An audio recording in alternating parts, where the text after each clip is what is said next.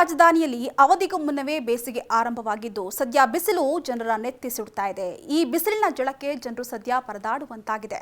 ಈ ಮಧ್ಯೆ ಹವಾಮಾನ ಇಲಾಖೆ ವರ್ಷದ ಪೂರ್ವ ಮುಂಗಾರು ಮಳೆ ಸದ್ಯದಲ್ಲೇ ರಾಜ್ಯಕ್ಕೆ ಎಂಟ್ರಿ ಆಗಲಿದೆ ಅಂತ ತಿಳಿಸಿದೆ. ಹೌದು, ಮಾರ್ಚ್ 11 ಹಾಗೂ 12ರಂದು ರಾಜ್ಯದ ಕರಾವಳಿ ಜಿಲ್ಲೆಗಳು ಹಾಗೂ ದಕ್ಷಿಣ ಕರ್ನಾಟಕದಲ್ಲಿ ಮಳೆಯಾಗಲಿದೆಯಂತೆ.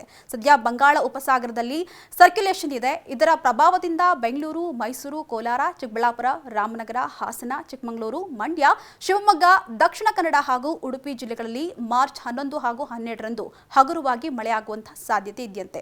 ಸದ್ಯ ದಕ್ಷಿಣ ಕರ್ನಾಟಕದ ಜಿಲ್ಲೆಗಳು ಹಾಗೂ ಕರಾವಳಿ ಜಿಲ್ಲೆಗಳು ಹಾಗೂ ಉತ್ತರ ಕರ್ನಾಟಕದ ಭಾಗದಲ್ಲಿ ಬಿಸಿಲು ಸಿಕ್ಕಾಪಟ್ಟೆ ಜಾಸ್ತಿಯಾಗಿದ್ದು ಇಂದಿನಿಂದ ಮಾರ್ಚ್ 15ರವರೆಗೂ ಕೂಡ ಒಣಹವೆ ಇರಲಿದೆಯಂತೆ.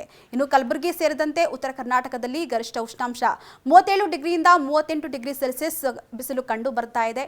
ಇನ್ನು ಬೆಂಗಳೂರಿನಲ್ಲಿ ಈ ವಾರ 33 ಡಿಗ್ರಿಯಿಂದ 34 ಡಿಗ್ರಿ ಬಿಸಿಲು ಕಂಡು ಬಂದಿದ್ದು ಇನ್ನೆರಡು ದಿನ ಹೆಚ್ಚಾಗಿ ಬಿಸಿಲು ಕಂಡು ಬರಲಿದೆಯಂತೆ.